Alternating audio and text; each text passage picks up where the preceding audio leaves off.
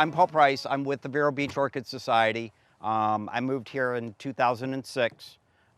Been growing orchids since 1995. I bought my first orchid in Orlando from Tom Ritter.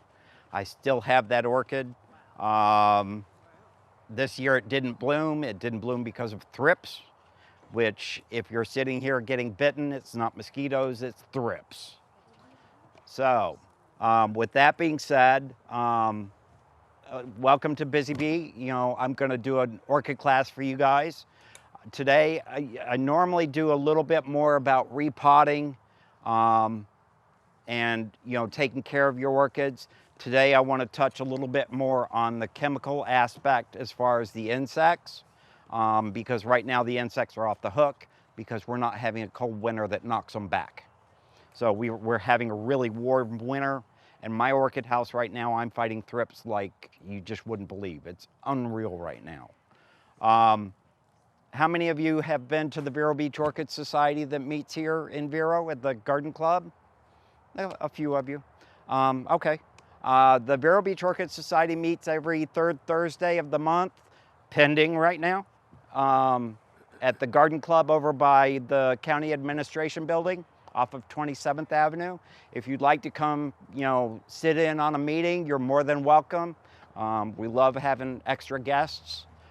We will be here next weekend for the Customer Appreciation Weekend. Remember that Dan and Tina are doing that for you guys, not for them. So please come out and visit them next weekend. Spend a little money with them. Now, with that being said, with all the orchid shows being canceled throughout the state, remember your orchid growers, remember your plant people, buy from them. If you have to buy online, buy from them, help them. Because I can tell you right now, they're gonna be hurting. A lot of people are gonna be hurting, but we'll deal with it and go on with life.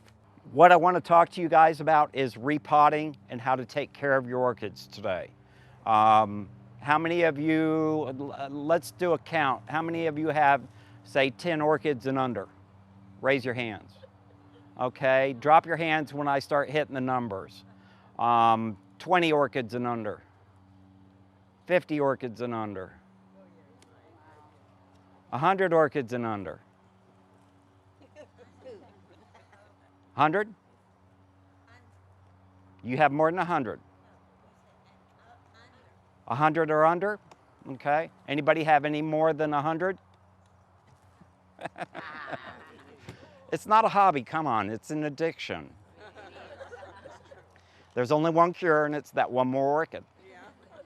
So that's why, you know, when you get an orchid, it doesn't bloom all the time. So you tend to go out and get another one so it's blooming. And you end up with a collection like mine, which is now probably 600 strong. Oh my gosh. Everything needs to be repotted this year. I'm hoping for a 2-week vacation. Looks like we're getting it. So I brought a couple of things here this morning from my place, just as small examples of different types of orchids, because I like to show off different things and try and get you guys, once you get into the hobby, you usually start with Phalaenopsis like this. I want to try and encourage you to try other types of orchids as well, and get into the hobby. Probably my favorite orchid in the world is probably this little guy, and it's Rene Marquis, and the name of the flower is Flamethrower. It's a really nice epidendrum type orchid. It grows really well for me. I like it, it's neat. It's a green flower with yellow and red in the throat, on the lip. So it's just a really neat, unusual thing. So when you go to the shows, or even Better Grow, the company at Lowe's and Home Depot sells in the bags. Occasionally you check those bags and you'll see one in a bag sometimes. It's been a while since they've shipped any out in those bags, but Tina and Dan also buy their orchids from Better Grow. So, you know, you get some stuff from them. When you go to the different shows, you know, you can find stuff like this. And this is actually a friend of mine. It's named after his son. And I've been wanting this one for quite a while, and I finally got a hold of one. So, and it came into bloom. So it's really pretty little flower. As this type gets a little bit bigger and gets to be a specimen, you get a lot of flower spikes up with all the flowers at the top, and they really make a statement. It's a really pretty orchid. How many of you know what a pencil cactus is? Okay, there are orchids that look like pencil cactus. That's these guys. This one is a species. This is out of Thailand. And the species name is named after the gentleman, Mr. Anderson, that discovered it. It's called Andersonii. It's an unusual terete form of a vanda. They're not, it used to be really difficult to find them, but the teretes have become very popular and very sought after right now. If you go to the shows, people are usually looking for them, and they're looking for the different varieties. Good morning. Have a seat. But people are starting to get really interested in these. They were really popular years ago. They kind of fell out of favor. They've come back into favor, and everybody's really looking for these. They're neat plants. How many of you? Well, I usually grow them in a pot like this with a wire tube growing up through the center with lava rock in the bottom, and they grow in full sun. So I've got an area south of my greenhouse that's like a patio, a rock gravel patio, with pots of these, you know, spread out growing. So I'm getting ready to expand that area, you know, this afternoon when I leave here. They're really popular, really easy to grow. They grow like a weed. It's just something neat and different. Everybody says that orchids don't like to grow in full sun. That's not true. There are orchids that will grow in just about every type of climate that you can think of. Orchids, as far as everybody knows, it's probably the #1 type of plant in the world that has more species or varieties in the world. They grow on every continent except Antarctica. So you can find orchids wherever you go. In this area, there are native orchids, especially in the oak trees, and those are the Encyclia tempensis. That's these guys. So these usually bloom in May, so you're not going to see flower spikes on them till usually about the middle of May. But if you look in the oak trees, you have to look for them. Usually you find them in the resurrection fern. That's typically where you're going to find them, because when the seed lands, when that resurrection fern gets going, it tends to foster the seed and they grow a little bit better. So if you're in a natural area, you know, look up at the oak trees, you'll see them. I don't think I've seen any on this oak back here, which is kind of surprising, but I usually try and look up and see if I can spot them. What I want to talk to you now about, since I've covered, you know, some of the stuff that I brought in, are how to repot an orchid. How many of you repot your own orchids? Good. Usually it's not that many, so you're pretty brave. How many are just now getting into orchids? Everybody, pretty much, okay. All right. When you look at orchids, I'm gonna give you a couple of tips. When you look at orchids, look at the shape of the leaf. Look at the shape of the leaf, look at the length, and look at the width of the petals. There's a difference on the orchids, and I'm going to arrange them, you know, pretty much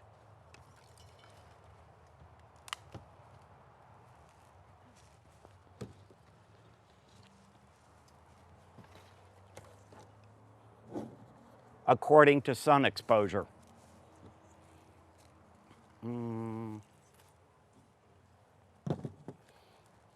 Like I said, there are orchids that will grow in every kind of light, from heavy filtered light, which are your phalaenopsis. You're going to see the leaves are a little bit longer, and they're also wider. The reason for that is they're trying to collect more light. Okay, if it's an orchid that's growing in brighter light, it's going to have a thinner leaf and it's going to tend to be a little bit longer. It may not be real long like these guys. They live up on the top of the canopy in the oak trees. They get a lot of bright indirect light, and sometimes they'll get full sunlight, full direct sunlight up in the oak trees. So watch the shape of your leaf. That'll tell you where it grows. Just like with this guy. I mean, he's out in full sun, so it's a short, thin leaf. So when you look at your orchids, they're going to tell you, if you know what you're looking for, how they grow and where they grow. Now, there's another thing too with orchids. What's the #1 killer of orchids? Well, besides us. Somebody said it over here. Who said it? Water. Too much water. If you look at orchids, you can tell how much water they're going to want also by the shape and structure of the plant. Orchids have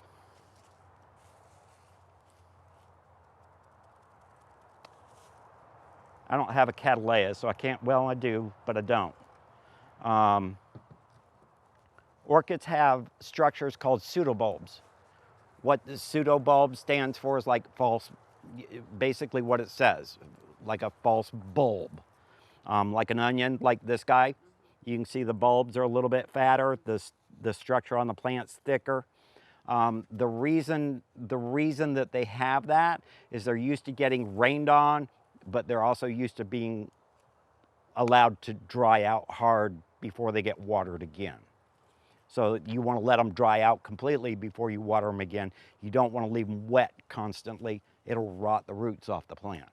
That's why water is your #1 killer on orchids. Because who has a heavy hand watering? I do. Boy, do I ever. Now, the difference between that is orchids like water. They like a lot of water when they get wet, but any orchid with a pseudobulb or a cane, let it dry out between watering. Orchids like vandas, like this guy, and like phales, they don't have a pseudobulb.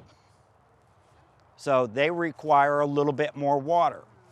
Now with phales, the way they accomplish that is they grow them in sphagnum moss. The sphagnum moss, when you wet it down, will stay wet for about a week. It won't stay sopping wet, but it'll stay kind of moist to the touch, and then it will dry out. This guy, these guys get watered every day. Just like my regular strap leaf vandas, they get watered every day. And I usually turn the water on them for about 10 minutes, just to get the roots wet again and turn them green. That way I get new growth. Now we're just coming out of the winter dormancy period for orchids. Now is the time that you want to be repotting. The reason I'm telling you this is because repotting time is now. Once the orchids break dormancy and they start pushing new growth, that's the time that you want to start, pulling them out of the pots, cleaning the roots off, trimming them up, and then repotting them into a new pot with fresh mix.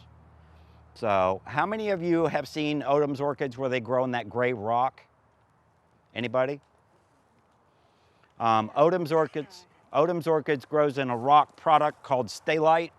The reason he grows it in that is it doesn't decompose like orchid bark does, so he doesn't have to repot as often.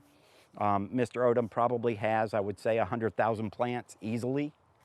And it takes a lot of work to repot all those every couple of years.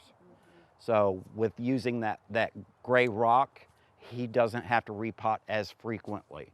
He can go 5 to 6 years before he has to repot an orchid, and usually when they repot is because it's overgrown the pot and it's time to divide it. And that's when they do their repotting. How many of you have seen the ground orchids, the epidendrums? They're really neat. We call these the poor man's orchids. Back when orchids were first discovered, these were the ones that were affordable. The big Cattleyas and Phalaenopsis, you were paying $200 easily for a back bulb division off of a Cattleya. So they were kind of unattainable at that time. But these were readily available, and they were moderately priced. Thanks to modern day science, we now can afford, you know, some of the prettier stuff. I'm gonna spit a little bit, sorry. So I'll step back. Now that they've started to figure out how to cross them, breed them, and grow them out, they're affordable for us. Like I said, you know, back in the early 1900s when the DuPonts were collecting, they were, you know, easily $200 to $300 for a back bulb division, which was the back part of the plant. And the owner would keep the front part with the growing tip going. Nowadays, you just don't have to worry about that. So typically a typical orchid is gonna run you about anywhere from $25 to, well, it depends. I mean, it depends on what it is or how old it is. So you can find stuff anywhere from $25 all the way up to a couple of $1,000s easily. I've been at Odom's when Mr. Odom will pick up a plant and pull it out of his collection that's died. He'll walk over to the trash can and go, well, that was $8,000, clunk, and throw it in the trash can. So it just depends on what you're looking for. You can find it. Who has never repotted an orchid? Come on up front.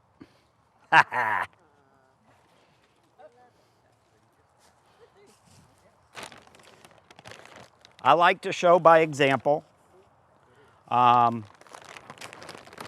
There are different potting mixes that you can use. You can use, this is a basic orchid bark. This doesn't have anything else added to it. This is a Phalaenopsis mix. It has some peat mixed in with perlite.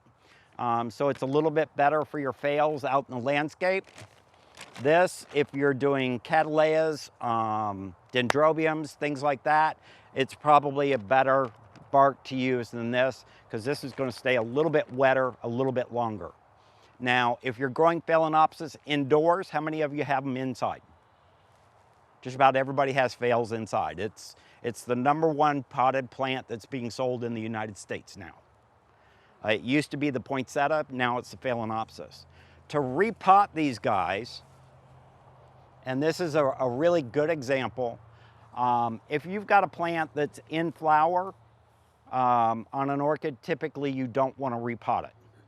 Now with Phalaenopsis, this is the only plant on an orchid that you can repot and it won't drop the flowers immediately right after you repot it. It'll hold on to them. As long as you don't tear the root system up too bad, it will do a good job and keep going. Now, you're looking at this plant and I want to point something out. There's a difference between this plant and this plant. What is it? The leaves. Yep, it's the leaves. Look at the leaves, they're thin and they're starting to droop. That could be a combination of two things. It could be overwatering, where you've watered it too much and the roots have stayed in here wet and the roots have rotted out. Then it can't take up moisture. So what it does is it takes some moisture out of the leaf to keep the front part going. Now, the other side of that is it could be that you're not watering it enough and it's self-sacrificing the moisture out of the back leaves to keep the front going. So the only way to tell that is by taking it out of the pot and looking at the root system.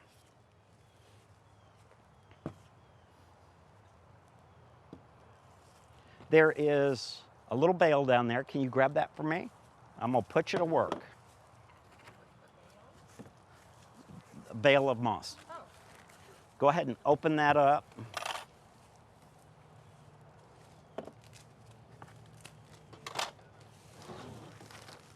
Oop, just let it go. Let the pollen come out of there.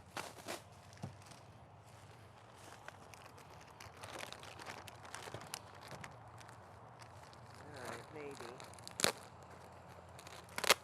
Okay.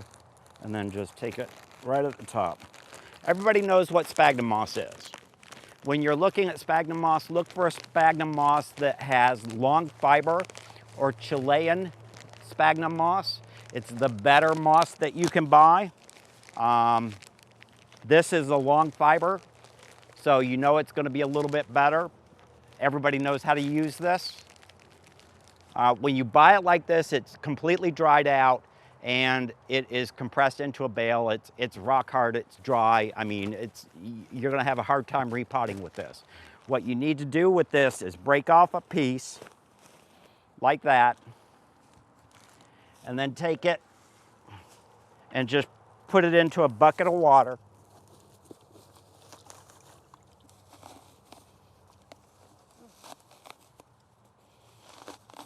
Break it up.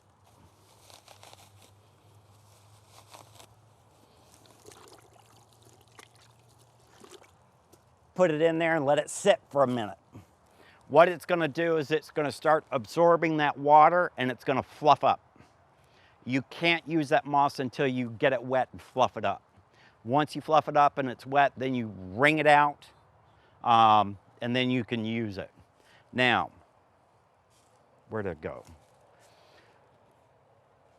I wanted to show this because it's an older plant that's been here in the nursery. They've got it tucked back in the hospital area. The old plastic pot is starting to decompose. So that tells me it's been in that pot for a while. When the plastic pot starts to break up, it's time to repot. When I tell you to look at a plant, if you're wondering if you've overwatered it or if you're not watering it enough, open it up and look at the roots. The roots will tell you. These roots are nice and green. They're healthy. They have meat on the bones. Tells me it's not being watered enough. So a little bit more frequent watering will stop this from doing this. So I don't know how often DJ is watering his orchids. The easiest way to do it is just go through, when you're gonna repot it, go ahead and pull the moss off of there, just break it up. I'm gonna let you hold the plant.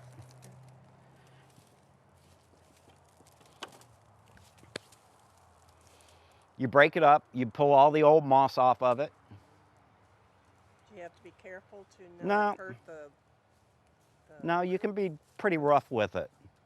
Orchids, everybody says orchids are really delicate plants. They are not. That is an absolute lie. It's a myth. It's just the flowers. The plants themselves are rugged as all get out. They're meant to go through stress periods. They're meant to be banged up. But you're not supposed to touch the flower, right? Well, you can touch the flower, but you know it's not going to kill it. It's not unless you sit there and grab it. You know. Well, there's a sign in there and it says, "Don't touch the flowers," because the oil on your hand. Yeah. Is that enough or more? No, you won't pull all of that moss out of there.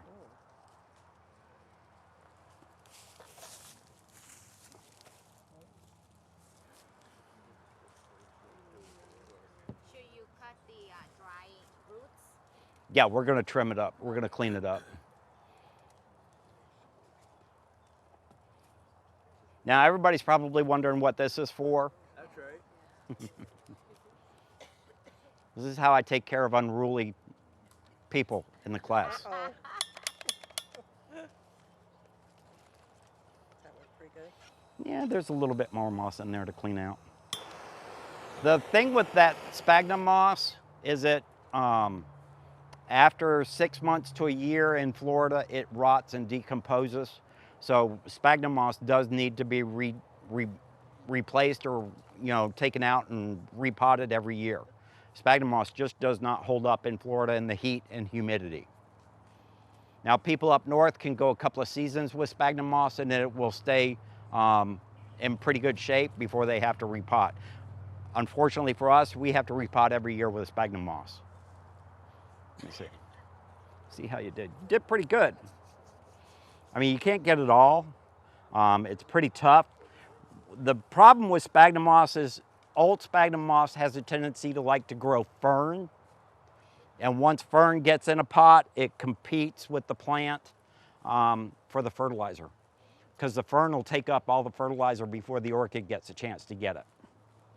So now, like I was saying with this orchid, when it's time to repot, you can put moss back in this, but how do you get all those roots back in the pot? Kind of difficult. What I typically like to do is clean up the roots, and we're gonna do that. When you look at the roots, what you're looking for are fat, white, fleshy roots with a green tip.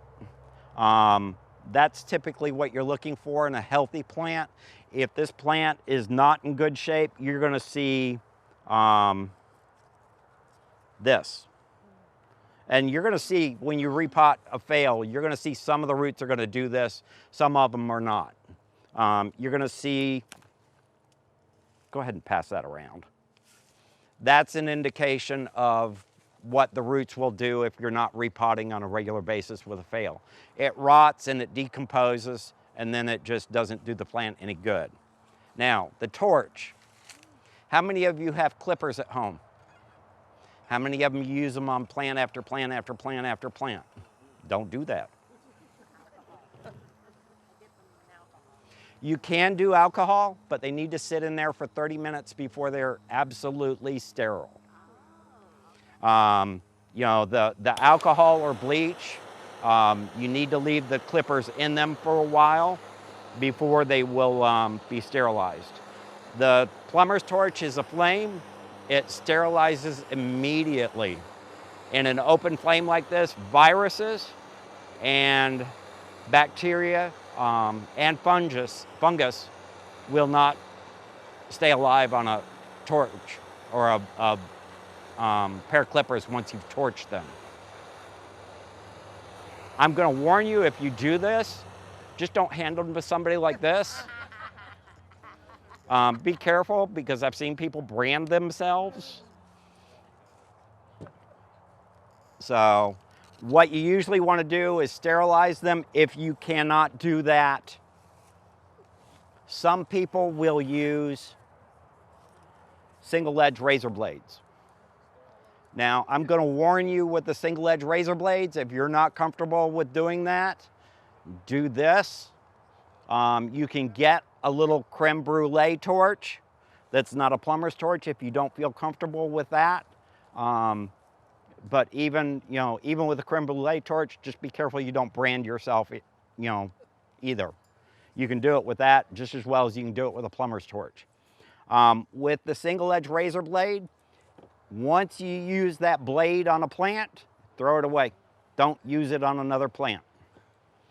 The problem with that is if you've got a plant that has a disease and you cut or you trim on that plant, and then you go to do the next plant, you've just given that disease or that virus to the next plant. So you want to try and keep your cutter sterile. The issue with some of the old Cattleya growers and orchid growers is they didn't know about this back in the 50s and 60s. And you will find some older growers that do have virus in some of their plants. Typically, most people will tell you that when you've got a plant that has virus, just throw it away, because eventually it'll succumb, the orchid will succumb to it. Now, what I'm going to get you to do, on some flowers, like on Cattleya flowers, you will see a color break where there will be darker blotching in the petals versus the normal coloration. That's one virus. There are, I believe, 14 different viruses that affect orchids. How many of you smoke? Anybody smokes? Wow. Not anymore. If you smoke cigarettes, tobacco smoke, tobacco will cause a virus with your orchids. How many of you grow tomatoes? Do not grow your tomato plants near your orchids. There's a tomato virus that also attacks orchids. So all it takes is thrips going back and forth, feeding off of your tomato plants, going to your orchid plants, boom. How many of you have gardenias? Yeah, I figured there'd be a few of you. How many of you have hibiscus? Those are the two main host plants for thrips. How many of you have oak trees? That's the #1 host plant for thrips. Oak trees. They're the #1 host for thrips. So everybody has thrips. It's an insect that's like a little tiny grain of rice. It's teeny, teeny, tiny. I mean, it looks like somebody took a pencil and did a little, 1 millimeter line. Is that what you call no-see-ums? Yep, that's what no-see-ums are. So if they're out here biting you, they're biting plants. What I want you to do is go through any root that has, no meat on the bone or is flat like that. Just trim it off. I was wondering, what is that? Why am I itchy? It's thrips. I know. So they got me this morning right away. Thrips, I'm gonna talk to you a little bit about thrips because they seem to be the #1 problem. Thrips are it's a tiny insect that has a mouth structure that is a piercing, sucking type of apparatus. What they do is they have an apparatus that goes across the leaf and they'll scrape the leaf and then they'll come back and drink the juices where they've damaged the leaf. They'll do it to flower buds every time, especially on vanda. How many grow vandas? It's the #1 problem for vandas are thrips. There are a couple ways that you can treat thrips. There are a couple of things that you can do when you fertilize that will help. Did you get all caught up? Yeah. That's okay. There are a couple of things that you can do before you have to start using chemicals. How many of you have rubbing alcohol at home? You're lucky. There is no more. Rubbing alcohol at 70%, you can use it directly as a spray on your plants for insects. It will kill scale, it will kill thrips. The issue with thrips is you gotta get it on them, and it's really difficult to get it on them. So what I usually recommend for thrips is using, I had another product here. Where'd I put it? Right here. There are 2 chemicals that you can use. These are both systemic. Systemic means that it actually gets sucked up into the tissue of the plant. So if that insect comes across and scrapes it, the juice that comes out has some of this chemical in it. With it being a systemic like that, that means if it gets on your skin, it goes into your skin also. If you're using these products, please use gloves, wear long sleeves, wear long pants, have a mask on before you use this stuff. You don't want to breathe this stuff into your lungs. If you do get it on your skin, just go wash it off real quick. This is, Thrips off of you? Cut happy? well, I mean, just anything that doesn't have any meat on the bones, anything that's thick that feels like it's got flesh on it. Leave that. Don't cut everything off. That looks pretty good. The insects, this product, High Yield, is a systemic insect spray. You can use this on your orchids. The chemical ingredient in this is a metacloprid. This is the newer insect spray pesticide that you can buy. It seems to be more effective on thrips. How many of you have used, the ant stuff that stinks? It's called the brand name on one product is called Orthene. The active ingredient in it is acephate. Acephate is a systemic. It does get pulled up into the tissue of the plant. This is, I believe this is a powder. And I think it's 1 tablespoon to a gallon of water to mix this up to use as a insect repellent. This is nice and easy. You hook it up to the hose and just go through and spray everything. And that'll take care of it. This you have to mix up into a sprayer and then actively go through and spray it on.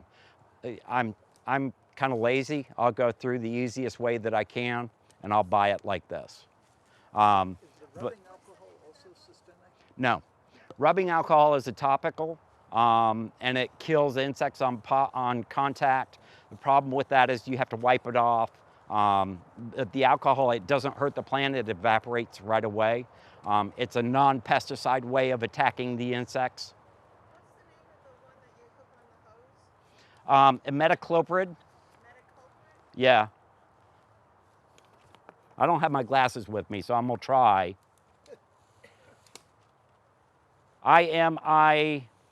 No, I can't read it.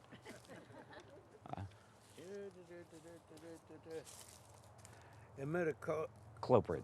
Imidacloprid. Spell it. I-M-I-D-A-C-L-O-P-R-I-D. All right, IMI. One more time. It's going to be on the test, you know. Yeah, this is on the test. D-A-C. DAC. L-O-P-R-I-D. LOPRID.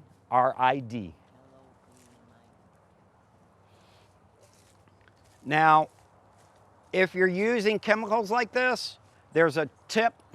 How many of you have heard of a product called a spreader sticker? Anybody?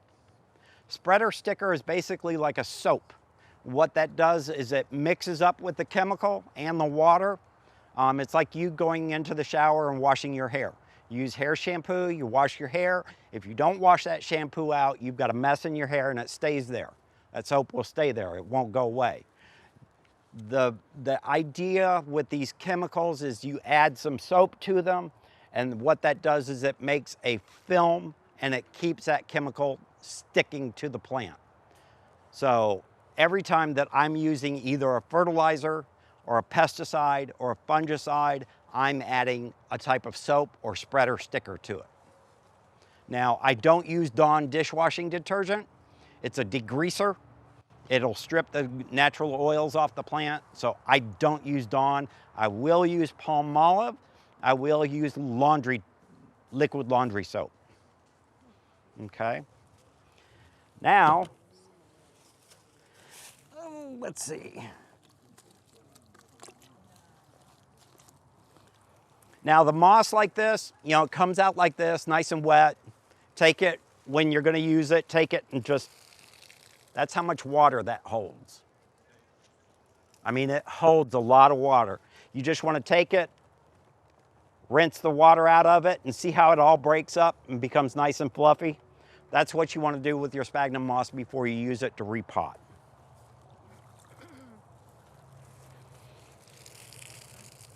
Yeah, sure. Well, some of it floats on the top, so you have to kind of mix it up. So I probably have enough in here to be able to do what we want to do, but okay. Phew. Yeah, it stinks. It does stink, but you know, that's one of the things with orchids that you have to deal with. Now, with a Phalaenopsis, because it doesn't have a pseudobulb, the root system tends to grow a little bit differently than the Cattleyas or the Dendrobiums. The root system on this tends to come out of the base of the plant with the roots hanging down like a spider. So when you go to repot these guys, what you're looking for, and you can see it, I mean, right up in here, you know, they all spread out from one point and they all go off in different directions. When you look at this, you can pretty much tell, you know, that it needs to be repotted. The roots have been cleaned up. Typically what I like to do is, you know, when I'm gonna repot, I'll leave them at least 4 inches so that it has enough roots so that it can take care of itself and feed itself. This had quite a bit that needed to be trimmed off. You did a great job. So, fantastic job. Now, when you go to repot this thing, what I like to do with this is I'll take a little ball of sphagnum moss and I like to put it up underneath so that it's actually sitting on that with the roots cascading over the top of it. Okay? Easy to do. This is probably one of the easiest orchids to repot. If you've got this, I mean, it's hands down one of the easiest ones to do. Then what I'll do with that is I will take it and I'll wrap those roots and I'll start applying a little bit of moss do me a favor, grab one of those green plastic pots right here. And I'll layer it around the outside of the root ball. Go ahead and set it down in there.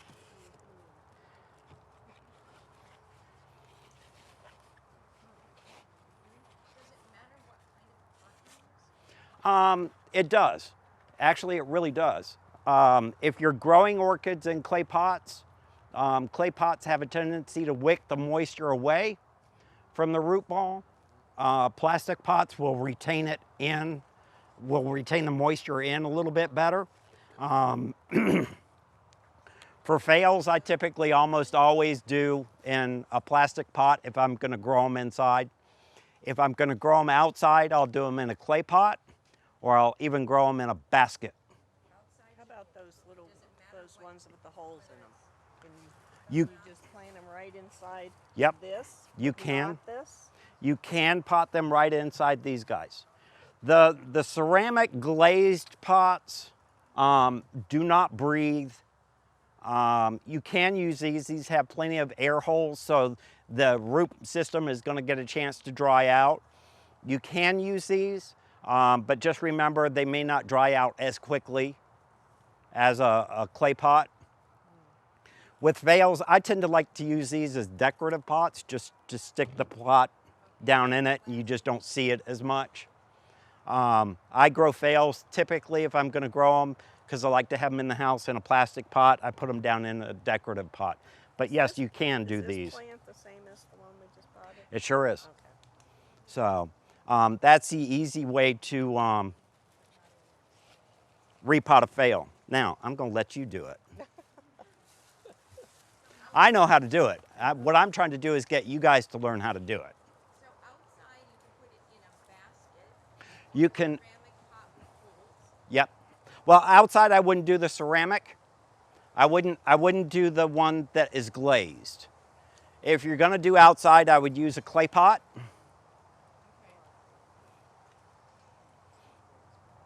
Because what happens with this clay is it will actually, because it gets all the air, it's real porous, it will actively wick the moisture away from the interior of the roots. And what happens if I didn't get those under? Just stick them down. You don't have to be gentle No. with these, I guess. You do not have to be gentle. Yes, ma'am.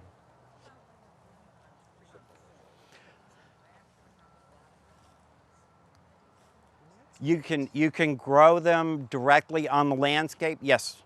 Well, Do you want it packed in real good? no. You don't want to. When you do, I'll answer your question in just a second because I want to tell a little bit more about that. When you do repot these, when you put that moss in there, you don't want to pack it in real tight. You want it to be kind of loose so that there's some air movement in between the roots and they actually have a chance to dry out a little bit. Yeah, when you go to water it, you don't want to keep it sopping wet all the time.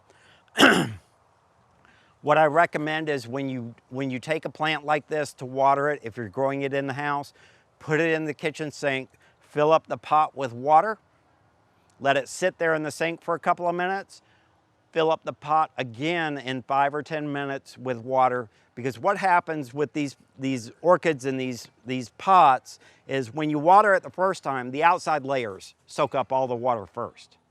So if you go back and hit it a second time, that inside ball will eventually get some water to it. So you've watered the orchid correctly. How many of you use ice cubes? Stand up. Yell at us. Stand up. Is that bad? Don't do that. Why? Ice cubes melt at 32 degrees. These are tropical plants. All right? At That's 30. the directions they put on all Yeah, I those know. plants that you buy in like the grocery store. Okay, it's like you going up to Lake Michigan in the middle of the winter and jumping in the water. Are you going to be happy? The same with the orchids. Orchids don't like temperatures, especially phales, don't like temperatures under 50 degrees. Under 50 degrees out in the landscape will kill a phale. If you get a hard freeze, it'll kill it. Ice cubes melt at 32 degrees. That's freezing water. You're putting freezing water on the roots of the plant, and the roots of the plant are the main structure that help it take up moisture and liquids and food. Don't do that. I don't care what these idiots that are telling you it's a marketing gimmick. Please don't use ice cubes on anything. Yes, sir. What about tap water versus filtered water versus well water? Does it matter? Yes, it does. Well water in this area has a high iron content or sulfur content. It stinks. If it has a high iron content, it can turn your plants orange. The iron will actively sit on the leaves, it'll turn them orange. City water, no problem. You shouldn't have any problem with county water or city water. Now, if you're doing, how many of you have a water softener at home? Anybody? Do not water your orchids with water softener water because you're using salt. Salt kills orchids. Immediately, it will kill orchids. What do you do if you do have a water softener? Usually there's a valve that you can turn on before the water softener. Get your water from that. Or the outside? Or outside? Water in the house. Rain barrels. Recycled water in your Rain barrels too are another good way to get water. That water's fine. That's taking the salt out. That's what I No, not at all. My whole collection is watered off of city water. I have a well on my property. It's got a high iron content. I can't use my well, so I don't even, I'll use it in the landscape, but I won't use it on my orchids. Yeah, this City of Vero Beach Water Department just loves me. So if you do water with city water, you don't have to worry about the chlorine. Chlorine evaporates after 3 days in the air anyways. It's gonna stop, algae growth on your roots, on your vandas. My vanda roots at home are great. I don't have any algae on them. They're nice and white, they're nice and pretty. Now, when I go down to Odom's orchids, because he's watering off of well water, his orchid roots are all covered in algae. Well, when you water vandas every day, they stay nice and wet and you do get algae growth on the roots. With my plants at home, I don't have that algae because I have that chlorine in the water. So it won't hurt your plants at all. How many of you have ever heard of Joe Grazoffi up in Melbourne? Grazoffi Orchids? Joe had 7 greenhouses. Thank you very much. You're welcome. I may put you to work in just a minute too. So Joe had 7 greenhouses up there. Joe's probably the #1 hybridizer in the state of Florida for orchids. Joe unfortunately has closed his greenhouses. His greenhouse at home now, he sold everything off, and Joe's not doing orchids anymore because of health issues. But you used to go to Joe's place and all his plants were orange. It was from the iron in the well. It doesn't hurt the plant, just makes them kind of ugly. So, yes. Okay, so you're saying well water, iron and sulfur in it, but if you soften it and filter it, it has salt in it. Which should you use? You're on a well Yes. and you're going through a softener. You're gonna have to use well water. What I would recommend for you then is try to water the roots and not the foliage. Okay? And I should use the water before my water softener. Yes. I've only been using the water softener for 10 years, but okay. Yeah. It depends on your water softener brand and what it uses to recharge the system. If you're putting salt in your system, yeah, you shouldn't be using it. So hopefully that will help you a little bit. And it should correct any issues that you might be having. Yes? So that would be, the best thing to do would be a big rain barrel. Rainwater is probably the best thing that you can give your orchids. I mean, if you can do it, yes. I'm sorry, somebody? What rain? Yeah, that's true too. We're in a dry spell, so that's kind of tough too. Yeah. Do the best that you can with what you've got. There's just a couple of things you have to watch out for. So, you had a question, right? Who was it that had the question? Oh, in the trees. When you're growing orchids in the trees, I said, you can use sphagnum moss. I've got a client out on the island that I put 3,500 orchids in his landscape. When we started, we would take the plant out of the pots, bare root them. I'd take a little bit of sphagnum moss, put it up behind the roots, put the plant on there, pack a little bit of sphagnum moss across the top of the roots, and tie it on the tree. What we've found is that sphagnum moss does nothing but grow ferns. So we've stopped using sphagnum moss. We bare root the plants now.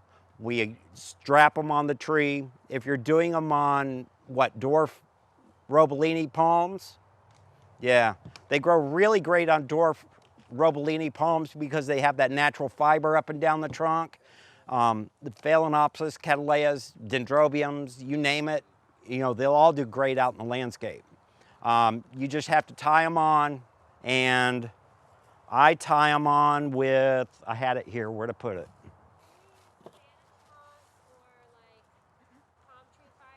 Yes, you can. Spanish moss, if you're doing like a vanda especially, because vandas like a lot more humidity around the roots, is you can drape Spanish moss down the roots. It will help keep moisture around those roots and keep them a little bit happier. When I'm tying orchids in the landscape, I use this green stretch tape. You can buy it at any garden center. I know Dan and Tina have it here at Busy Bee, so use this stuff. This is the way it comes in a roll like this. I tie the orchid onto a tree. I bare root it, put it on the tree, tie the roots on. I'll trim the roots back to 4 inches, tie it on there. Make sure that when you put it on, I'll do another example.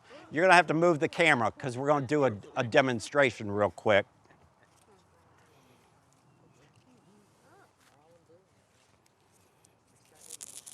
Now I'm gonna say something about Phalaenopsis. Phalaenopsis do not grow like this, okay? In the wild, Phalaenopsis will tilt over and hang. If you mount a Phalaenopsis in the landscape like this, what's gonna happen is when it starts raining every day in the summer, you're gonna get water caught up in the crown. It will rot the top of the plant out. So if you're gonna mount, there's a couple of ways to do it. You can either take the plant and mount it upside down, which is the way it grows in the wild anyways. Now, even though it's got flower spikes on it like this right now, next year's flower spikes, when it comes up, they're gonna come up like this. So, I mean, this year it's gonna look kind of unsightly and ugly, but that's okay. I mean, next year it's gonna be beautiful. What I will do with an orchid when I go to mount it, and I'm not done an example on how to mount here yet. I'll take the plant and try and tie it on so that crown doesn't stand up. If I have to and I can't get it to stand up, I'll hang it so it's hanging down like that a little bit, or I'll tilt it so it sits like that.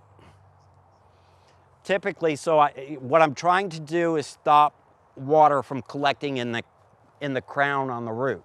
You want to make sure that it doesn't get a chance to hold water in that crown. So when you tie it on,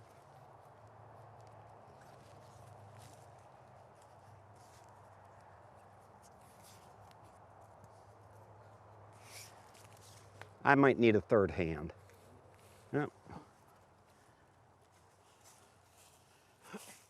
What do you need? Just hold that orchid for a second. Just stand back so that he can see you from the camera. I got long arms, that's why it works pretty good for me. You don't lasso it up on? Well, no, not yet. Okay. What I'm trying to do is lock the roots down on the plant. So you want the plant to, Okay, go ahead and let go for a second. the roots All right. to sort of wrap around the tree eventually? Yep. You want the object of this is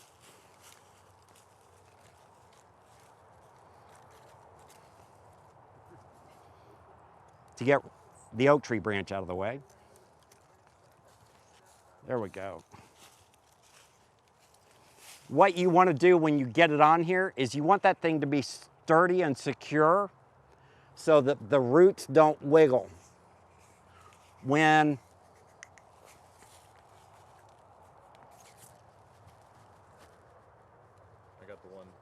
You got this one? I got the loose, yeah. the Okay. loose one, you can just use that to tie it. So what happens if it goes below 40 degrees outside? That's the interesting thing about phales and orchids in the landscape.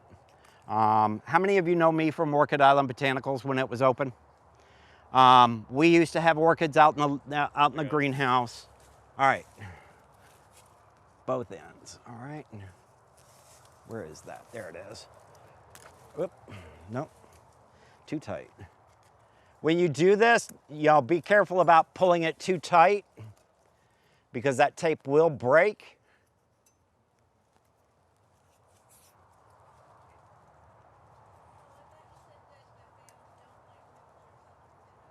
They don't, but there's a trick with phales.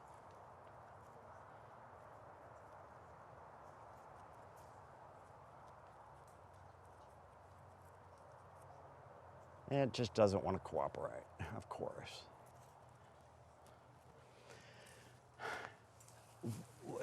The thing with orchids is it's funny. When we had orchids in pots, if we left them out in a cold snap, especially if phales when they're developing flower buds, will blast the flowers if it goes under 50 degrees or we get a freeze. When they're on a tree, once they've been established on the tree, there's something about that symbiotic relationship that tends to protect the orchid, whether it's underneath a canopy so that frost doesn't settle on it. I've had orchids that we put in the landscape that have not suffered one bit. Once, even though the temperatures have gone down. The temperature of the tree does not go down.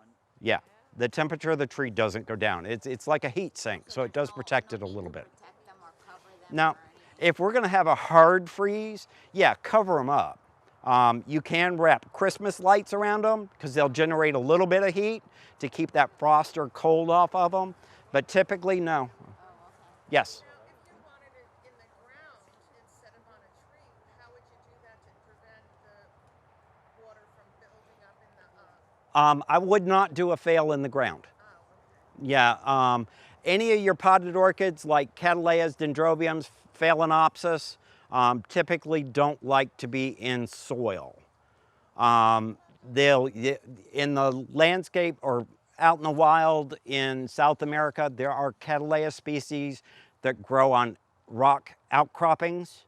Orchids are epiphytic. They're not terrestrial typically. Epiphytic means they'll grow on rocks or trees, something else that's up off the ground that they're not sitting in soil. Now the roots on this, after a couple of years, will go all up and down this trunk. So they'll stay all over that. The epiphytic, you know,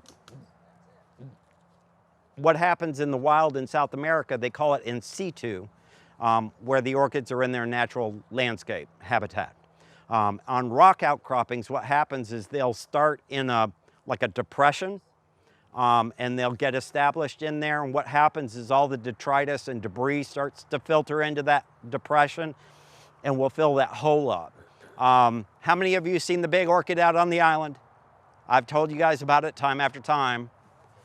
Out on A1A, when you go across the Barber Bridge, you go out to A1A, make a left, go down to Fiddlewood. Fiddlewood, you make a right like you're going towards the beach. There's a crossroad there. Not the house on the corner on the left, it's the one house back in from the corner, and it's on the left-hand side of the road on Fiddlewood. There's an oak tree, and in the crotch of the oak tree, it started down in the crotch and it went up both sides of the branches, is a big Schomburgkia orchid. It's been on that tree for 50-something years, if not 60. It has taken hurricanes, it has taken, you remember the freezes we had back in 2010? It went through all of that without missing a beat. That orchid is as big as my truck. When it blooms, it's usually in bloom in late May through June and July. Sometimes, you know, not very often, sometimes they'll last into August. But typically the main bloom for that is late May, June. So how do you care for that once you have wrapped it there? Do you need to water feed it for a certain time? Yep, you sure do. Good question. Good question. I've got some people, the guy that I put the 3,500 orchids in the landscape, he had his irrigation company come in and run a specific line to each tree. He put water lines that run up into the trees with misters. I've got another client that had a landscaper that, boy, the insects and the stuff is just bugging the crap out of me, sorry. That took the poly lines and put emitters on them that flood water out. That client just lost a huge oak tree across her driveway because all that water sitting on the oak tree saturated into the cracks and crevices and rotted the entire tree out. She now has 4 other trees that she's got a tree surgeon coming out to make sure that they're structurally sound because of that. If you're gonna do a landscape, an irrigation line up into the tree, put risers on it and put a misting head on it. You can get them at any of the sprinkler supply stores. They'll sell them to you. Do it that way. Do not just flood the tree. And I would only water it once a week that way. Now, if you're mounting in the landscape like this, take the garden hose and mist it down a couple of times a week while the roots are getting established. You should be fertilizing it because that plant needs food to generate new root growth and new leaf growth. And also so it flowers. Yes, ma'am.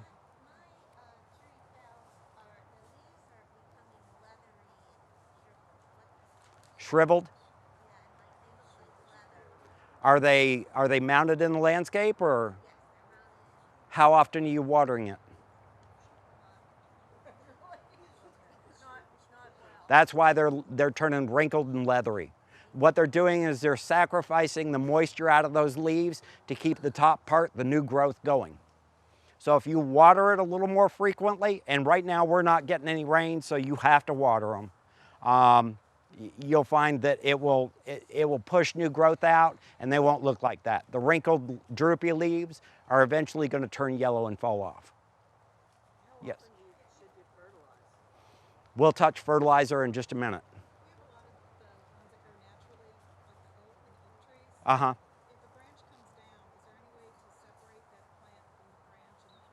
Yeah, just peel it off gently.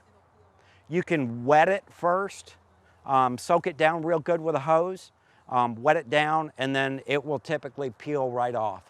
That's what I did with this one. This came off the tree that came down across her driveway. Yep, just put it back up, put it in an area where they're, pass that around because it's got some of the matting from the resurrection fern. That's Encyclia tempensis. Encyclia tempensis is all over the state of Florida, from like Tampa up to, I would say Daytona and further south. Well, it actually goes up to St. Augustine. Oh, does it go up all that way? Yeah, there's a beautiful What's the flower? forest up there. It's a little itty bitty flower like that. Is it kind of a greenish color? They're yellowish. Don't they call it dancing lady or? No, that's not the dancing lady. They call, in this area, they call it a butterfly orchid. So, yes, ma'am? On the sphagnum moss for the potting, does that apply to the other? You did the Phalaenopsis. What about the Cattleya? Are they No. both? No, we'll do the dendrobium next, and that'll apply to cattleyas, dendrobiums, any of the orchids with the pseudobulbs. We'll do next. So, all right, who's not repotted an orchid before? All right, come on up front. Now, you're going to see dendrobiums. What's wrong with this plant? It's too big for the pot. No? Any guesses? It barely has any leaves on it. All right, this is a hard cane dendrobium. Hard cane dendrobiums don't like 50 degrees or below. What happens with them is they will drop the leaves on them when they get cold. But what will happen is you will get new growth that comes out each spring, and it'll develop a new cane with all new leaves on them. You want to go ahead and pull that moss off of there? Here, pull this thing out so you don't stab yourself either. Should you trim the stem like when they dry out or when the flower You can, yes. all the way down? You can either take it, Dries out. if it's something new that you're putting in the landscape and you want to give it a chance to get established, you don't want it sending energy into that flower spike, so cut it back at the base. Let it spend its energy producing new roots and new leaves for next year. Let it build up the energy. If you're going to keep it in a pot, you can cut it back. Once this is done flowering, you can take it and cut it back at these nodes. And if you cut this one right here, it's already sending a growth spot out of this node. They will respike out of that node. Right, that's why I was thinking I didn't know where to cut it. But you've got to have that cooler temperature to get it to respike. So phalaenopsis have to have temperatures 15 to 20 degrees lower than the daytime temperature. At night, that temperature's got to drop that 15 to 20 degrees for about 3 weeks to get it to initiate the flower spike. So you could bring it in the house every night and then put it back out. No, leave it outside. The natural temperature drop during the winter here will initiate the flower spike on these guys without any problem. So the ones that are in the house, that's why they never reflower. Bingo. So if you keep it in the house all the time, your temperature in the house is the same day to night. You're not getting that 15 to 20 degree temperature drop. That's why I bought. Yeah, there's not much roots left on that, is there? They're pretty much shot. But that's okay. This is the time you want to do it anyways. Just want to gently peel all that moss out of there that you can. Yes. The plant that you're passing around has all those little different bulbs. Is each one of those a plant? Mm-hmm. So you could pull that apart? You could pull that apart into several different pieces, and what will happen is on the nodes on the bottom of each pseudobulb, there should be an eye, and it may pop. Once you divide it, an old eye will wake up and start to grow. Now, Tempensis, when I pull them off the trees in clumps, I try to leave the clump alone and just reattach it to the tree and put it back on. What about these cane ones that we're talking about? Can you just Like- take a cane over here and a cane and have a different plant? You could. The issue is when you're repotting like a Cattleya or a Dendrobium, typically you want 4 canes or 4 pseudobulbs to get a good, sturdy, healthy plant. If you've got a plant that's only got 6 pseudobulbs or 6 canes, don't do it. It's not strong enough yet. You want it, like I said, you want at least 4. You want a mother and 3 sisters. That's about So- the same way in all plants. If you get the new plant that's coming off, you need at least 3 inches and 3 leaves. Yep. Same. Yeah. Now, this gentleman brought in his Dendrobium. This is a different type of Dendrobium. This is a Dendrobium noble. And this is the time of year that these guys are blooming. The thing with these guys is during October, you stop fertilizing this. What happens, all the leaves turn yellow and they all fall off. During the spring, what happens is you can see where on each node, he's got a new plant developing. What happens is if during the dry season, these have to have a hard dry out season where they get no food, okay? What happens is when they're in that dormancy period and when they're getting ready to start to produce flowers, that node will wake up and you'll start to get the growth. If you fertilize it, what you get are new plants and not flowers. So this is a Dendrobium noble. They're pretty.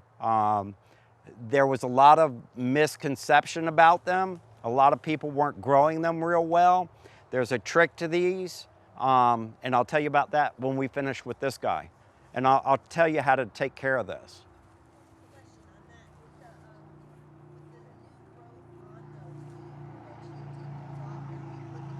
Yeah, we're going to talk about that when we do that one. Okay, got everything off of it? I think so. Yep. She's got everything cleaned off of it. Now, on this plant, see that little triangle? Yeah. That's your new growth getting ready to pop and start growing. Oh, okay. Now, this has an eye. Now, it's a little triangle that comes up in the bottom of the pseudobulb. That's the eye. That's your new growth that's getting ready to come up and start growing. So this plant is getting ready to start breaking dormancy, and it's going to send up the new growth. Now, with these guys,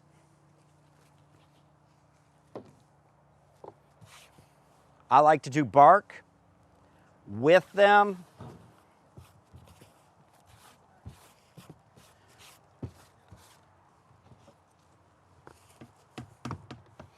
If you want to open this one up for me and just dump some in there.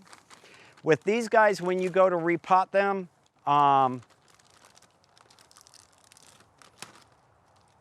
when it's time to take it out of the old pot, how many of you have taken an orchid? Just go ahead and dump the bag in there. It's not gonna matter. That's good right there. When you take it out of a pot and you think, okay, it's time to repot it, you know, I've taken it out of, where is that little 4-inch pot? There it is. I've taken it out of this pot and I want to put it in this pot. I'm hearing the right answers. That's good. Orchids like to be root bound. They like to be pot bound. They don't like a lot of room, because if they have a lot of room, they wiggle. So if they wiggle, the root tips will rub against something. And that goes the same for a mounted plant. If you tie it on there, make sure you tie it on there tight, so that while those roots are on the tips of the branch or the tree or even in the pot, they don't sit there and rub back and forth. If those root tips rub back and forth, it will kill the root tip. It won't grow. So when you go to repot a plant, you want to step up to the next size up plant. Now with dendrobiums especially like to be root bound. They like tight growing spaces. This one was growing in sphagnum moss. I'm going to repot it back in its original pot.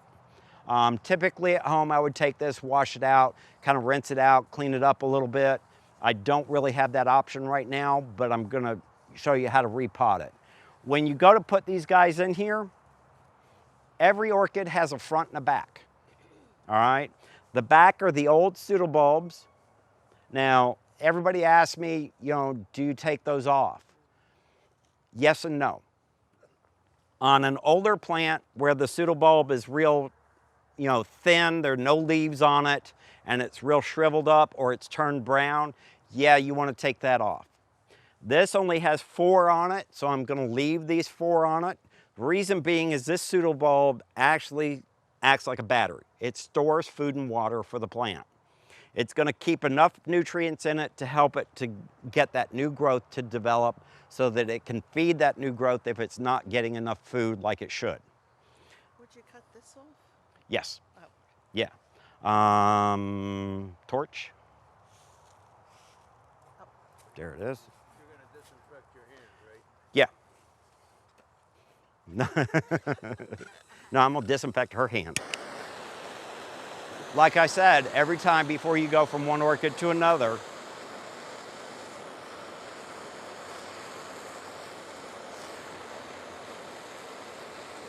and if you're doing this, if you see any embers glowing, that means you still have organic material on there.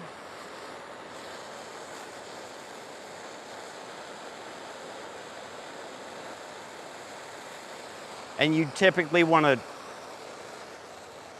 make sure that you've killed any organic material on there by the flame.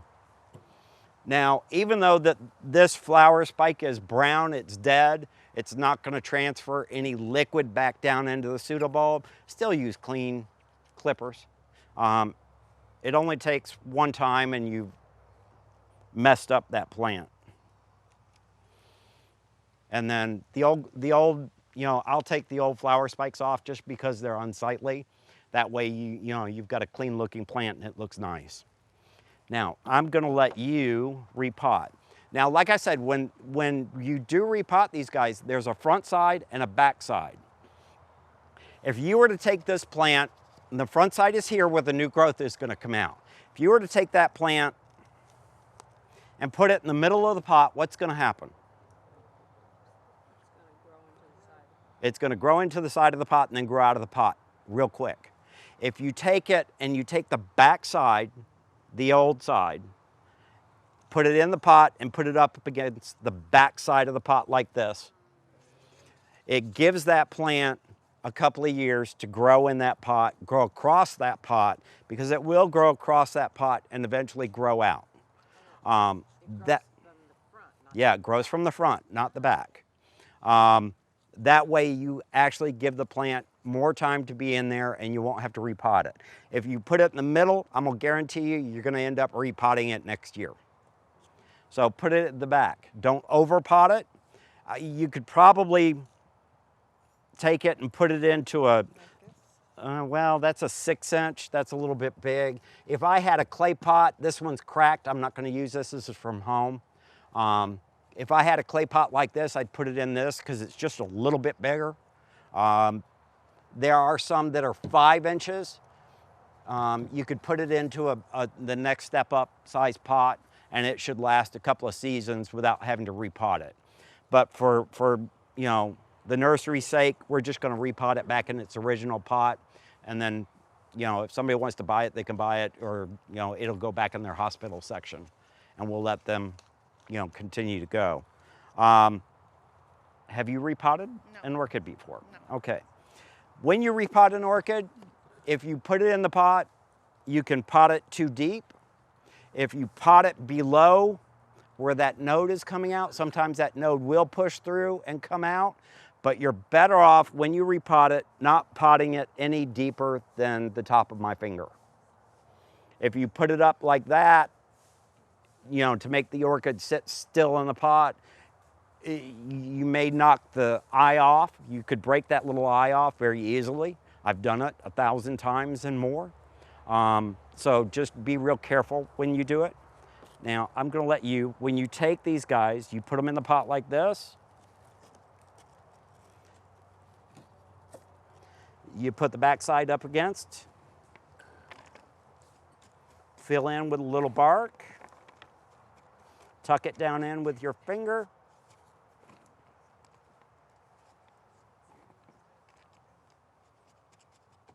And what I'll do is I'll place it a little low as I'm packing the bark in, and I'll lift up so I make sure that that eye isn't below the bark.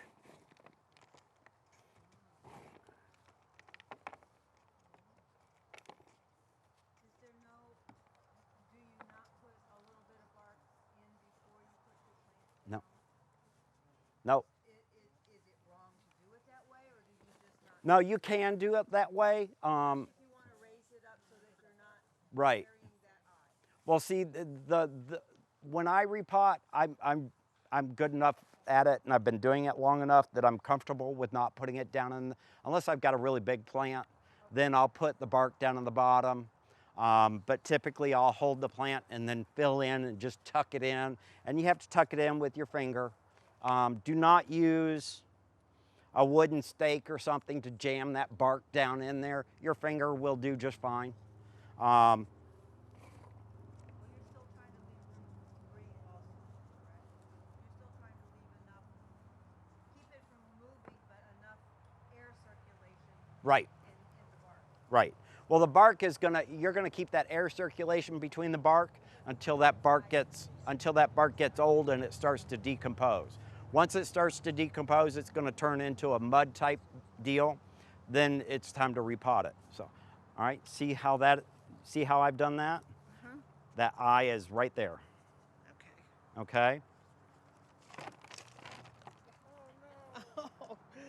I told you I teach by example.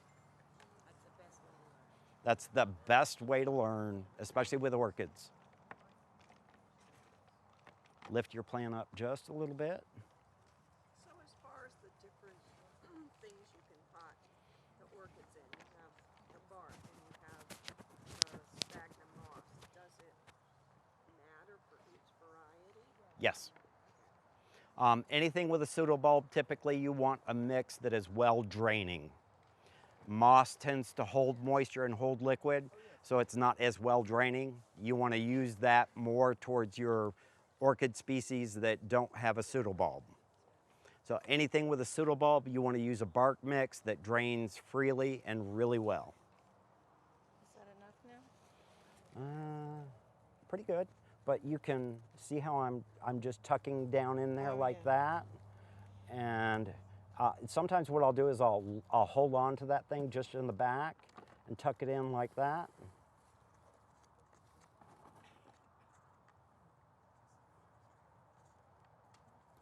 And you don't have to worry that you're pulling any of the roots or anything. No. Hold on, 1 second. I'm sorry, what? Yeah, doing that, you're not worrying that you're gonna do anything to the roots? No. Okay. No, you're not going to hurt that plant one bit.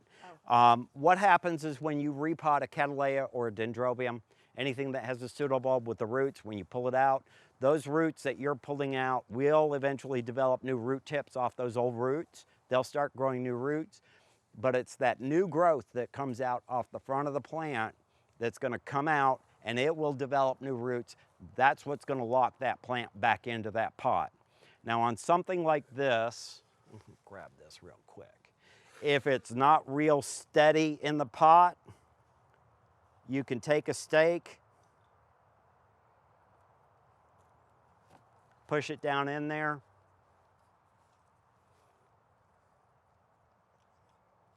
and you can use the twist tie wire, or you can use the little butterfly clips, stake it up so that it doesn't wiggle around in the pot, and it's repotted. Okay, thank you. Not so hard, is it? No, no. Everybody makes it sound like it's really difficult. It really isn't that. Can you mount those in trees? You can mount these in trees. I have mounted every type of orchid in the landscape except for lady slippers. Lady slippers I will not do in the landscape. They just don't, Yeah, okay. That's a whole nother ball game. We're not even gonna go there. Now, you know, if you've got epidendrums, these are great plants for out in the landscape, in the dirt. Full sun, they'll cook all day long and just make a hell of a show. My client out on the island has 2 areas on each side of her driveway that are probably from you to you long and about 3 feet wide. It's just solid orange and it's beautiful. Now, I want to talk about how many of you, okay, feed your orchids every month? All right, how many of you feed your orchids every 6 months? Raise your hands. Okay, once a month. Once every other week.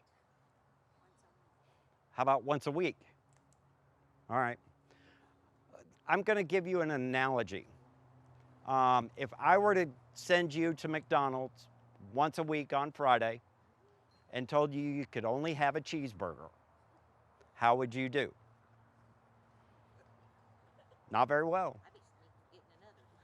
Yeah, no cheating. This isn't a diet, this is a test. When you're caring for orchids, the stuff that's in the pots is not going to give any nutritional value to the orchids at all. They have no food value to them at all. You have got to fertilize them. Whether you're using a water soluble, and it doesn't matter what brand you use, just as long as you're giving them some fertilizer. I've seen people use Miracle Grow to, you know, the Better Grow formulas, to Jack's Classic in the 2020, and also the Bloom Booster. I don't care what brand you use, as long as you are using some form of water-soluble orchid fertilizer. This is my go-to when I'm fertilizing the orchids in the landscape. The mix rate in this is 16:1, just like on these packets. All I have to do is open it up, open up the packet, dump the fertilizer in there, fill it up with water to the top, put it back on, attach it to the hose, and I'm good to go. Now what I will do is I'll add a little bit of soap to it so it gets that soapy mix to it that you are feeding the orchids. My orchids at home, every time I water, ew, caterpillars. Little green caterpillars coming out of the oak trees, yay. When I water and fertilize, I have a sprinkler system. I have what's called a fertilizer injector. So every time my water turns on in my greenhouse, they're getting a little bit of food. I make my fertilizer mix really weak so that they get a little bit of food every time they get watered. Like I said, I mean, if I were to give you a cheeseburger once a week, you wouldn't be very healthy. But if I feed you, a balanced diet every day or every week, you're gonna do a lot better. Now I realize you guys can't do that every day, maybe not even every week. Some of us just plain forget. So once every 2 weeks is probably the best. I mean, if you can't do it, once a month is okay. But at least try and make sure you give them some food. Yes. For this, I'll put about 4 tablespoons. Yeah. I want it to be nice and frothy. Now there's a kick to that too, is that soap and that fertilizer makes it actually stick to the plant. So it helps it adhere. It doesn't just run through the pot. So even when you get it in the pot and in the roots, it helps it to stick in that pot and just not run right through.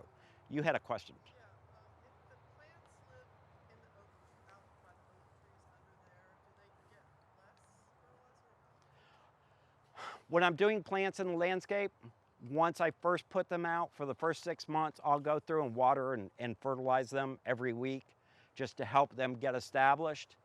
All the plants that I've got out on the island that I've done for people now are established. I'm not fertilizing or watering them anymore. They're taking care of themselves now. Now, the clients that I've got that have put a lot of orchids in have run, water lines up with misters so that they get misted if, by the sprinkler system if we're not getting rain. If I were still taking care of that and they didn't have those water lines, right now I would be coming through once a week and watering them. Yes.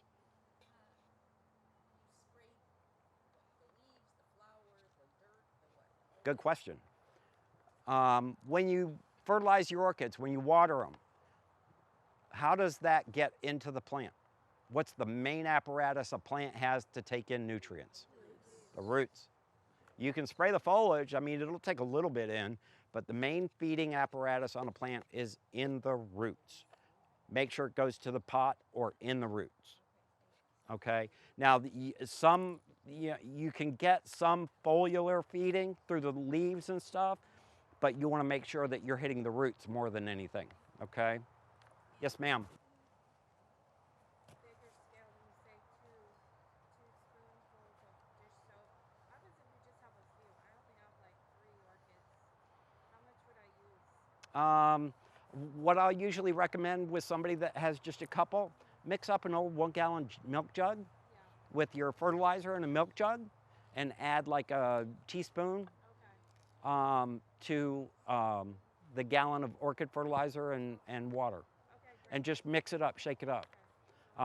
The bonus with the soap, and everybody's dealing with thrips right now. The daggum thrips are the biggest problem. Immature scale also can be a real problem with cattleyas. What happens is with soap is thrips and scale juvenile insects, they breathe through pores in the structure on the insect, on the body. They don't have lungs like you and I. So the air that they get are through little pores in the body. So when you put soap on them, it suffocates them, smothers them. Now, there's a difference with hard scale, that little round button that you'll find on a plant. You have to actually flick that off because that hard waxy covering, the soap will not dissolve that and it won't get to it. So rubbing alcohol won't dissolve it, but it'll help clean everything off, and you have to wipe it off either with a toothbrush or a paper towel or something to get the hard scale buttons off. Fertilizing for vandas, would it be better to mix the fertilizer in a big thing and soak it? Because the roots are like... How many vandas do you have? 6. No. Because what would happen is if you mixed it up in a big bucket and you took one plant and put it in there and then took it out, hung it back up, you took the next plant and put it in there, if that vandas are really susceptible to a type of fungus called Thai crud, and it's spread by water. Most of your fungal diseases, most of your diseases like rot are spread through water. So you do not want to do that. What I would recommend is buying a sprayer like this. If you've got vandas in your collection, you have to water them every day anyways. What I usually recommend is getting like a hose-in sprayer, putting the fertilizer in there and, you know, water them down first so the roots start turning green again, and then come back through with your fertilizer and your soap and just thoroughly wet them after they've been wet down first. You know, don't sit there and wet them down where the roots turn totally green and you've been watering them for 5 or 10 minutes. Just wet them down real quick, wait about 2 or 3 minutes, then come back through and hit them. What happens on orchid roots?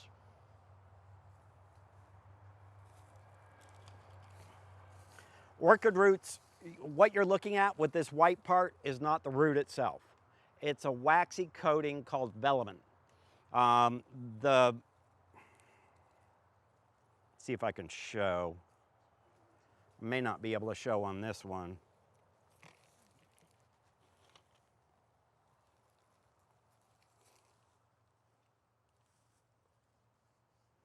It's easier on a big cat. Yeah, I can show you on this.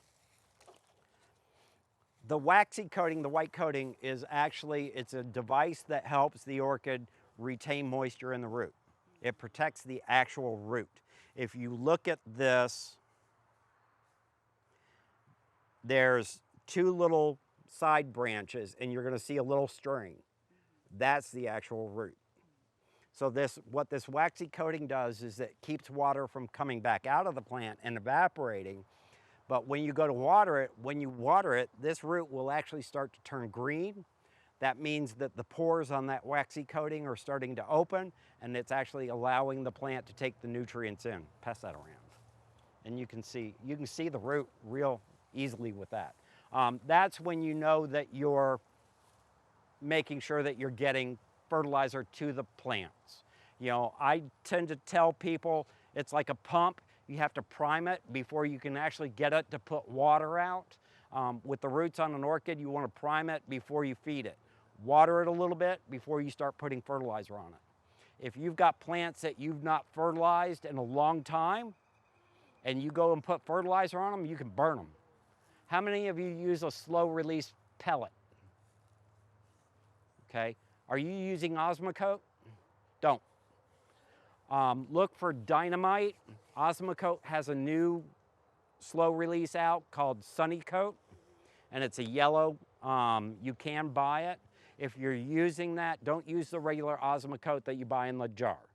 Look for the brand that says Sunny Coat that's made for Florida. The problem with Osmocote is in the Florida heat, that fertilizer dumps everything at once. When it gets hot and to a certain humidity, all that fertilizer comes out of that pellet. It doesn't release slowly. It dumps it all at once and it burns the roots. So Dynamite, which is the gray pellet, or Nutricote, is better to use than Osmocote. But Osmocote has come out with a new product that you can use. Now, can you use that instead of doing the water-soluble fertilizer? Yeah, if you're dead lazy and you're not gonna water your orchids with fertilizer, or you're going away for the summer, put some slow release on the top if you're going away and you're tucking them in the bushes. At least they're getting something. Or if you're lucky, you can get a neighbor that will come over and fertilize them for you. The slow release is a good substitute if you're not gonna be there, but you should still be using a water soluble. Now, I wanna talk about this guy over here because they have become the new hot orchid to grow. Dendrobium nobles are a different creature altogether. Now you can see this mix. This mix has turned, it's decomposing and it's turning to mud. There's not a lot of roots left on that. The difference with a plant like this, I'm not gonna repot this in this. I'm gonna put it back into a plastic pot for you. You know, when you repot an orchid, you don't want to put a plant right back in that. You want to clean that pot, disinfect it, sterilize it with bleach, scrub it, let it air out and dry out. Because there's rot going on in there, I can guarantee. So, one, you can tell by what's left of the roots on this plant. There's barely any root system on this plant right now. Now, Dendrobium nobles are totally different animal altogether because of one reason. they like a dormancy period where they don't get fertilizer. This orchid you can actually grow in full sun. If you grow it at your house, you can grow it out on the east side where it gets that full morning sun till about noon, and then you want it to be in some dappled light from like noon to 4 o'clock. I took one of these. Normally when you get these, most people would get maybe 2, 3, 4 blooms on a plant. The ones that I've got going in the greenhouse now, I just took down to the Port St. Lucie show, and I had probably 200 flowers on it. Easily. It took best in the show, which is, for a Dendrobium noble, that's, I mean, look, I gotta be honest, I'm gonna tap myself on the back. That's unheard of. So, hey, oh, I've got plastic here, well, thank you. Anybody needs some, here we go, they're free. Cool, And thank how you many very things much. in our nursery are? Dendrobium nobles are a totally different thing.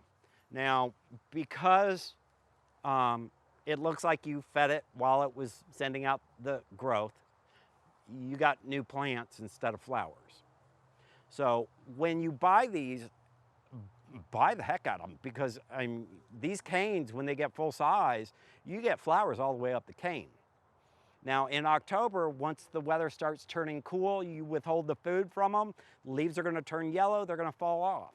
That's normal for this plant. You want it to do that. You want it to look like it's dead. And it's not dead, it's doing its thing.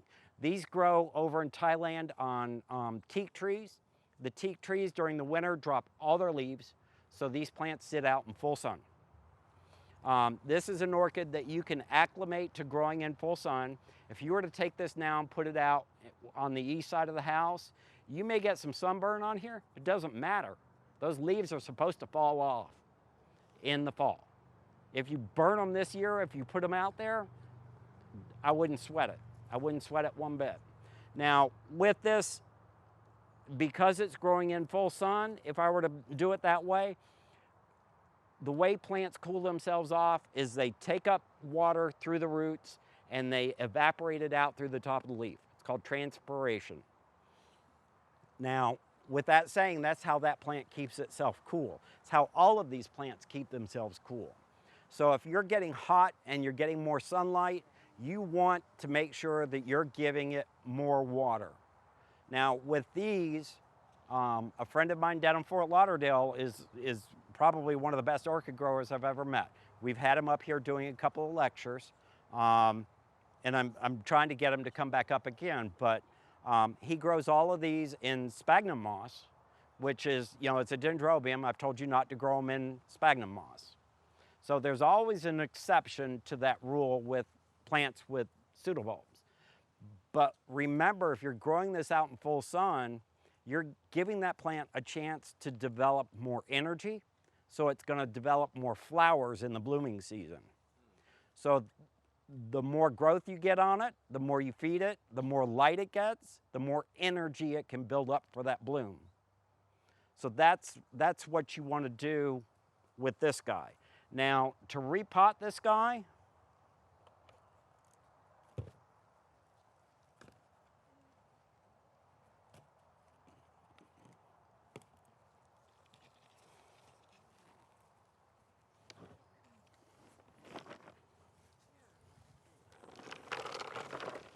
I'm gonna borrow your box for a second.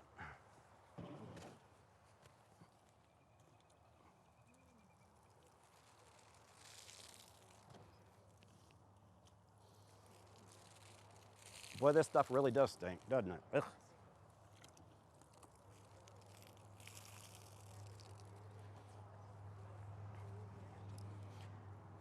Now this, this is a big enough plant. You've got enough growth on here, you could make 2 plants out of it.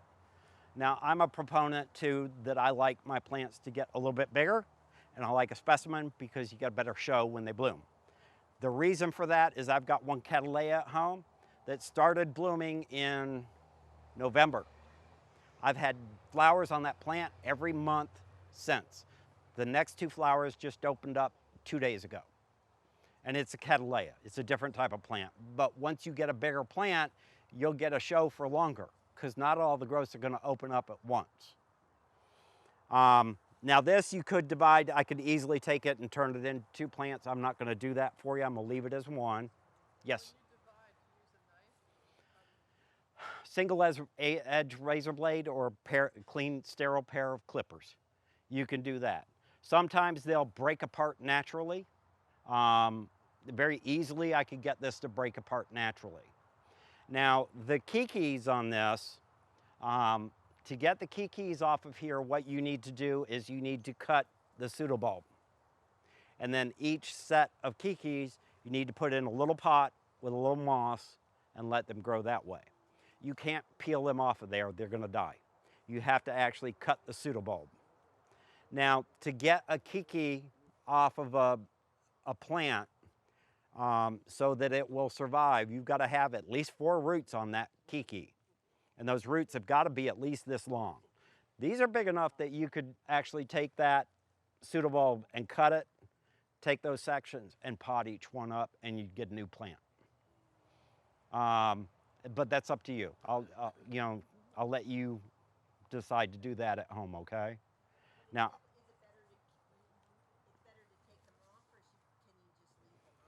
you can leave them on. They'll continue to grow as part of the parent plant. They don't become a new plant until you separate them from the parent. You can leave them on there because they'll bloom eventually too when the parent plant blooms. So what I like to do with these guys, and the way I'm growing them at home, a lot of times you can grow them in a basket, grow those in a basket with moss, put it outside, water it every day. Water it every 2 or 3 days at least. If I do this in moss, there's not a lot left for a root system on this, so I'm gonna leave what's there and use it as an anchoring point to hold the plant in the pot.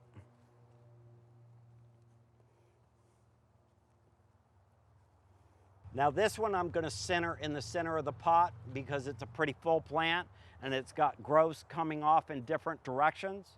It's got a new front going off in different directions on this plant.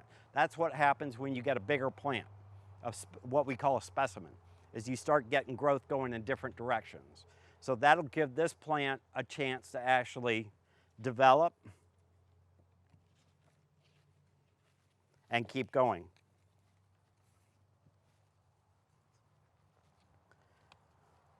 Now, for a long time, people were buying these and not getting them to bloom. We found that in Florida, if you grow them in a pot, plastic pot with sphagnum moss, when you take this home, put it on the east side of the house so that it gets morning sunlight, okay? You can go ahead and water and fertilize it now. You're not gonna see any blooms on this till next winter. Dendrobium nobles typically bloom 1 time a year, and we're in that period right now. I don't know if you're gonna see any right now in the Home Depot or Lowe's stores, but they've been sending them out through that company, Better Grow. So look for them. I mean, they're a neat plant. They're really fun to grow, and they put off a hell of a show. Yes? No, it's an epiphyte. It's an epiphyte just like the Cattleyas or the other dendrobiums. October through the bloom. Usually about once the temperatures start dropping, I usually about the end of October stop fertilizing all of mine. Do they lose all? Yeah. Can you put any kind of orchid in the boot of a palm? Yes, you can, except for slippers or terrestrials. You can't put them in the boot of a palm. Now, there's a warning with putting orchids in a boot of a palm. I had a client or a customer one time bring in a big Oncidium specialatum that was on a palm. She put it originally in a boot. It got so big it peeled all the boots off the palm and it fell on the ground. If you're gonna put them on a palm tree, put them on the boot, but try and attach it where it's not attached to the boot. Try and get it attached to the trunk, to the tree itself. I mean, if you can, remove the boots around that where you're gonna put it so that it stays on and attaches actually to the tree. I have Yes. a question about the nobles. Do they lose all of their leaves? They're supposed to. Because I have one that I was given last year and I couldn't figure out what it was. And I thought it was a noble because the flower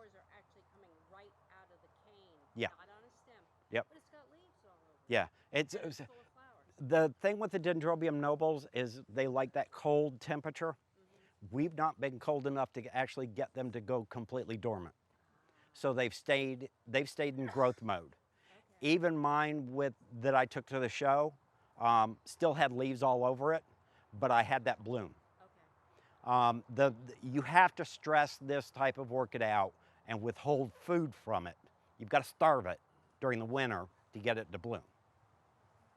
Okay, yes? In the beginning, you had mentioned that dendrobiums would be better grown in bark than the sphagnum moss. Right.